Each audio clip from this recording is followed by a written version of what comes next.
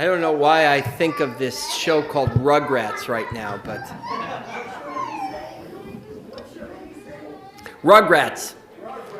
It's a real Shabbos miracle. You may be seated. If you think that's a lot that's going on, you should see also what's going on in junior congregation. Maybe if we're lucky, maybe we'll all be together for Adon Olam at the end. We'll see if we can coordinate the timing on that. But wow, is it exciting. The shul is bouncing back. COVID has kept us apart for so long. It's nice to see people are coming back to the synagogue. You know, sometimes it's hard to get the train going again.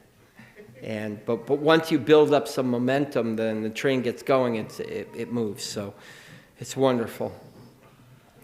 So this is a little secret I'm going to let you in on, and that is before I leave my house ever to go meet up with friends, to come to a synagogue function, to get together with my family, I always first generate in my head a list of topics to talk about.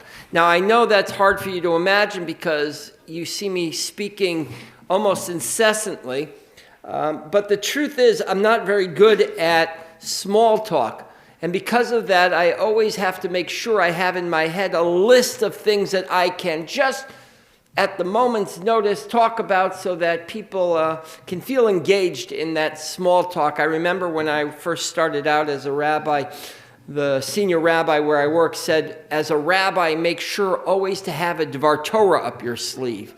You never know where you're going to find yourself in a circumstance in which they're going to say to you, Rabbi, so teach us some Torah. While I do that as a matter of habit now, it almost never happens. But strangely enough, I do find myself in circumstances in which I am forced to engage in small talk.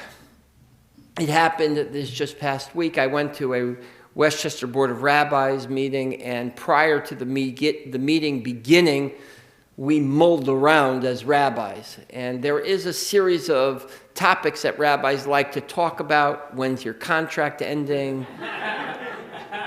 Do you think you're going to get renewed? But I always leave my house with a list of topics to talk about just to make sure that there is opportunity for discussion. And I have found over the years that there are really good topics and there are really bad topics. So let me just share a couple of the really best topics to talk about if you want to make small talk. One is the weather. This morning I walked into services and the first thing I said was, yesterday I wasn't wearing a coat. Today I'm wearing a heavy coat with gloves and whatnot. Weather is such a great topic to talk about. Arts and entertainment, sports, family, food, work, travel, celebrity gossip, hobbies, where you're from. Those are great topics to begin with. There are some, however, that are landmines. I would tell you the worst topics are finances, politics and religion, which is really bad for somebody in my business. Death, also not a good topic. Your appearance. Personal gossip. Offensive jokes. Narrow topics that people know nothing about. Past relationships. And of course, my favorite, because it's not a good topic to talk about, but everybody loves to talk about it, and that is health. How is your health? In fact, my brothers and I get together, we speak every Friday. We'll talk more about it later, but one category that we always make sure to talk about is what hurts us that week, what ailments are we feeling, and if I knew my mother wasn't watching, we would share some of the conversations that we have about her health. But this is why Kiddush for rabbis is a landmine. And that is because it is that moment in which people want to engage in big conversations, but there really is only opportunity for small talk. And so sometimes clergy find themselves at Kiddush involved in a conversation that doesn't line up with its location. People want to share important things in their lives, but there are lots of other people around. And so Kiddush has become for clergy a real landmine. And I would often refer to it as ground zero of small talk. And while I hate to admit it, small talk actually is the stuff that community is made of. It is how we come together. It's critical to bonding. And that's why Kiddush is so important for the life of a congregation, because breaking bread together, literally, is exactly what brings people together. It's the reason why I find the work that I do so compelling in the first place, and that is because it allows for deep connection with people, even if it's not about deep subjects. When I ask, "How are you doing?" and I often get a dismissive, responsive, and I can see in a person's face that they're not doing well, I probe further. And sometimes I even jokingly around say, "You can tell me, I'm your rabbi." And I don't just play one on TV. And so I often, and as you can see as part of the signature on my email, if you've ever received one from me, I often rely on the statement of President Theodore Roosevelt, who once said, "No one cares how much you know until they know how much you care." And that is truly the nature of the rabbinate. It's not, as I've always thought it was, about showing how much I know. It's about showing how much I care. And that's why there is a moment in this morning's Torah reading that strikes me so deeply. It's an interaction between Moses and his father-in-law, and is incredibly deep. Yitro, as the person who introduces the judicial system on which the Jewish people relied in the desert experience, doesn't really begin that way.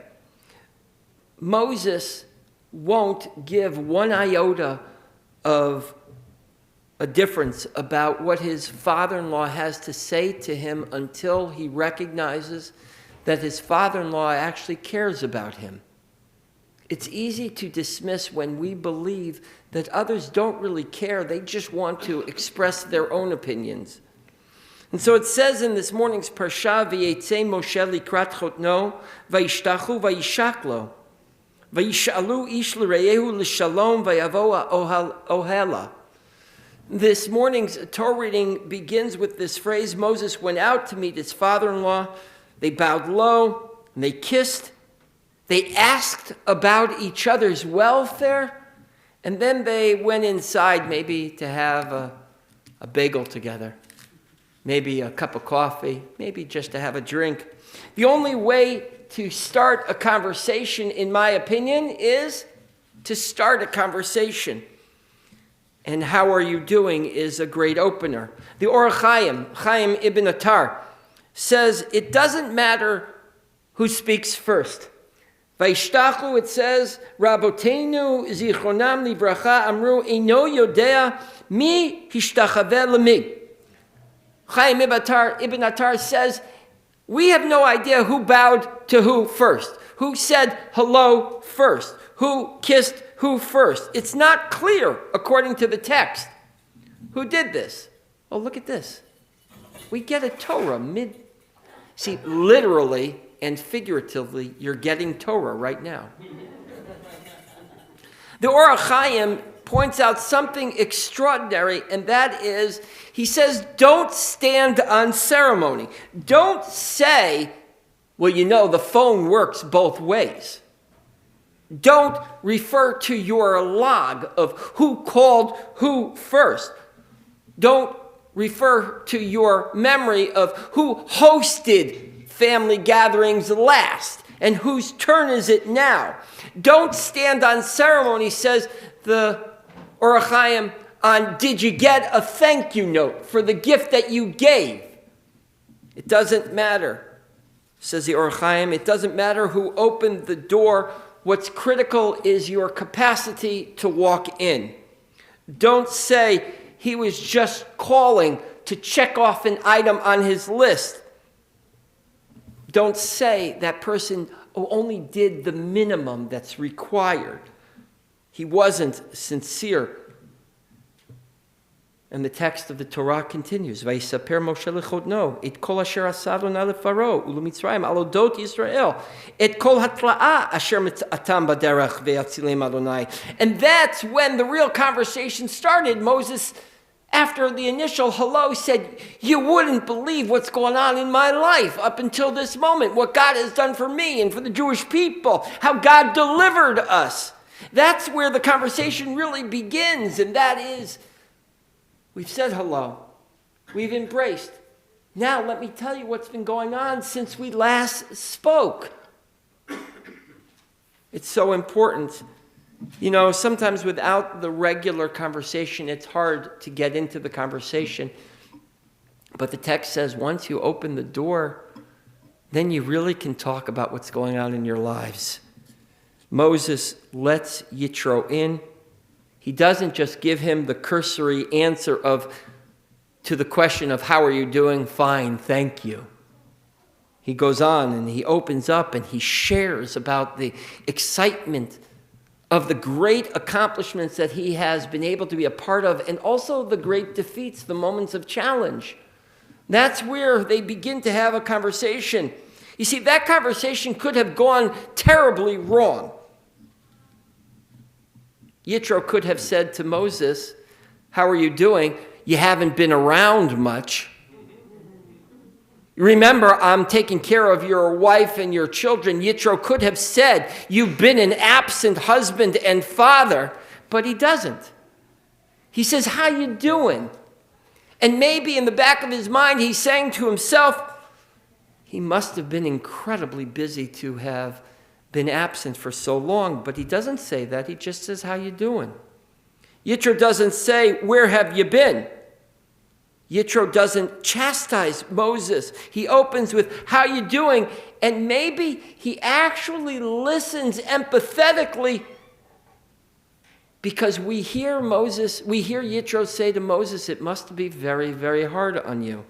The life that you're living must be overwhelming. Yitro starts with, how's it going? Because he remembers the words that we began with, and that is, nobody cares how much you know until people know how much you care. The Or HaChaim again fills in the conversation. The Or HaChaim imagines Moses really opens up. He doesn't feel judged in the moment, and therefore he's able to confide in his father-in-law. He doesn't feel as though he has to paint a rosy picture. You know how it is. Sometimes we just tell everybody everything is all right, everything is fine. We say that to our brothers and our sisters. No, I'm not struggling with a loss of job. Everything is fine, everything is great. The Or HaChaim says, Ulai shehayu pratim shalo shamatem ozno. Maybe it's possible that Yitro didn't hear about what had gone on for Moses. And so Moses opens up and fills in the gap. Although the Torah teaches us that Yitro had heard all that God had done, the Or HaChaim points out that maybe he didn't hear everything, and he certainly wasn't privy to what Moses was going through during that experience. And so Moses opens up. But it's not just about the great stuff that Moses opens up, not just about the accomplishments. The Or HaChaim imagines Moses sharing everything, even the stuff he's not so proud of.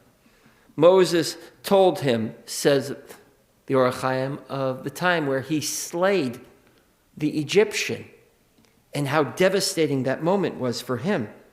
And Yitro listened. He really listened. Look, sometimes our desire to speak, to offer advice, to share what we know, overtakes our ability to listen. Sometimes it overtakes us so much so that we don't allow the other to finish what they had to say. But not here, says the Or HaChaim in reading this text. Yitro first takes it all in. And he asks questions and he probes. He tries to understand what Moses is thinking. Vayar chotein Moshe et kol asher asa la'am vayomer ma hadavar hazeh asher ata oseh la'am. Yitro says, I see everything that's going on for you. I see all the difficulties and the challenges that you're facing and also the Jewish people are facing. And he says, look at what's going on here. I can imagine how hard this is for you. Madua ata yoshev levadecha. Why are you sitting by yourself? V'chol ha'am asher nitzav alechem miboker ad erev. That the whole people waits for you all day and night. He's not saying, Moses, you have no idea what you're doing. He says, Moses, you must feel so alone. You must feel so isolated. And I can't imagine how hard that must be. Navolti bol gamata gam ha'am hazeh asher imach ki chaved mimcha davar. This must weigh heavy on you. This must be an incredible burden that you have to carry. Moses, I tell you as your father-in-law, I tell you as someone who loves you, I tell you as someone who cares about you, I tell you as someone who loves the people who love you, you can't do it alone. And then we skip to the very end of the story of Vayishlach Moshe et chotno vayelech lo el artzo, and then they say goodbye. Moses sets up a system to take care of himself and the Jewish people better. It's because his father-in-law first listened to him and let him get it out. And then he says, Yitro says to Moses, I get it. I hear you. You can't do this alone. And guess what, Moses? You're not alone. D.H. Lawrence once said, be still when you have nothing to say.